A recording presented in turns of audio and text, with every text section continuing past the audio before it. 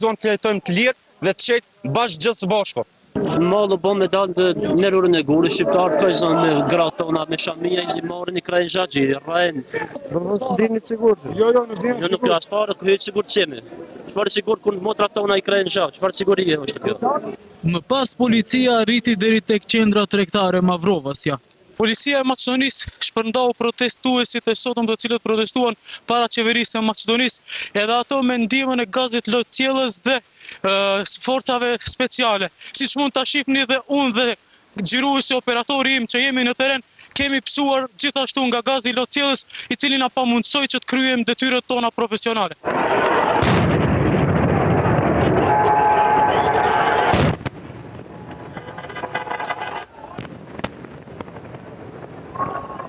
Turma e protestuesve më pas u pozicionua në Bitpazar, ku disa herë erdhi deri tek përleshja e tyre me policin, e cila në fund sërish përmes gazit lotjellës arriti t'i shpërndajë ata.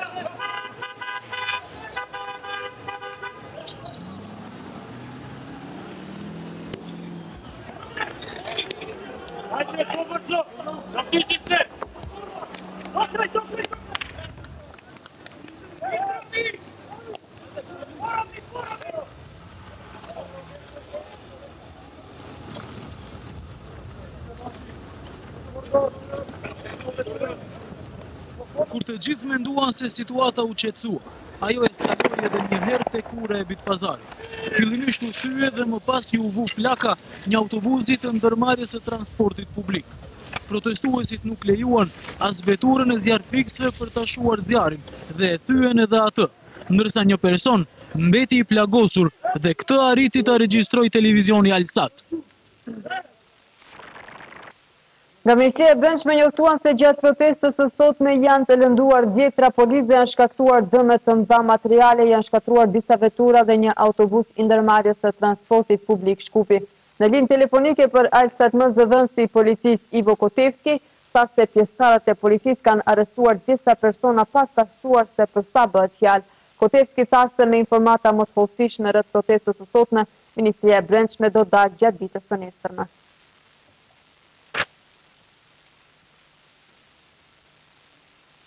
Bashkimi Demokratik për Integrim në një reagim të radhës sot denoncoi instrumentalizimin e protestës së sotme legjitime të qytetarëve nga ana e PD-s-së.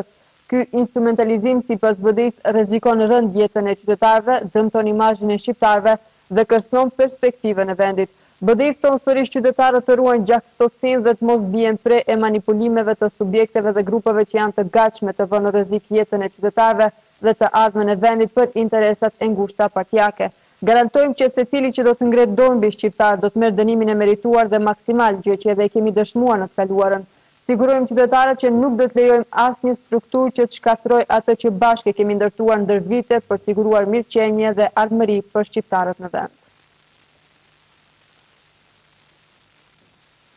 Kaosi në rrugët e Shkupit ka zënë vend edhe në Kuvend. Deputetët e PD-s kanë kërkuar përgjegjësi nga BDI-ja duke i quajtur rrahjen e shqiptarëve nga policia si tradhti të BDI-s dhe Ali Ahmetit.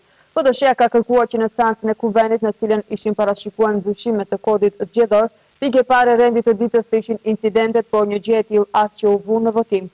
BDI-ja nga ana tjetër incidentet e ditëve të fundit i vlerësoi si fushat kundër emërimit të Talat Xhaferit për ministër të mbrojtjes, fushat në cilën sipas BDI-s nuk bëjnë pjesë vetëm maqedonasit.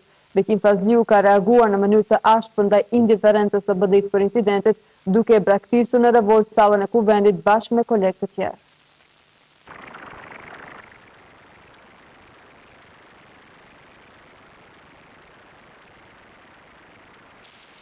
Dita e sotme, që është pasojë direkte e protestës së ditës së djeshme, është një fatkeqësi për Republikën e Maqedonisë dhe si deputet, si përfaqësues i qytetarëve të Maqedonisë, nga këtu dua të bëj dy apele. e para që klasa politike të mos e keq përdor dhunën dhe incidentet për përfitime politike, por mesazhi i dytë, akoma më i rëndësishëm, autoritetet e vendit me urgjencë të zbardhin frymëzuesit dhe autorët e incidenteve të këtyre ditëve. Nuk do mend se kjo fushat është e inspiruar, është e nxitur dhe e mbështetur nga të gjithë ata që bëjnë pjesë në fushatën anti-Talat Xhaferi. Dhe për fat të keq, pjesë e kësaj fushate nuk janë vetëm jo shqiptarët. Ju këtu thani se është e arritur e madhe se u ka kthi LSDM, janë drejt mallkum, le të shkojnë edhe ata. Bashkë me ju, bashkë me VMRO-n. Bëni pazar, i shqitni interesat nëpërmjet gjakut fëmijëve shqiptarëve për t'i ruajtur karrikët e juaja, kultuçet. Kërkoj urgjentisht, ama urgjentisht, që të gjithë të arrestuarit shqiptarë sot të lirohen me njerë, se për ndryshe Macedonia, BDI-ja, Ali Tradhtari, Ali Poshtri, bashkë me Nikola Gruevski, le të shkojnë drejt mallkum dhe të nënës, krejt, me BDI, me VMRO, edhe këta që janë këti këto. Shtu, nuk vazhdojt dhe ne mos ndërpret. Ne sot e shojmë këtë punën e këtij kuvendit, nuk marrim pjesë këtë parlament. Tirana zyrtare reagon pas incidenteve të ndodhura në Maqedoni ku nxënësi shqiptar u rrahën barbarisht, por edhe për shkallëzimin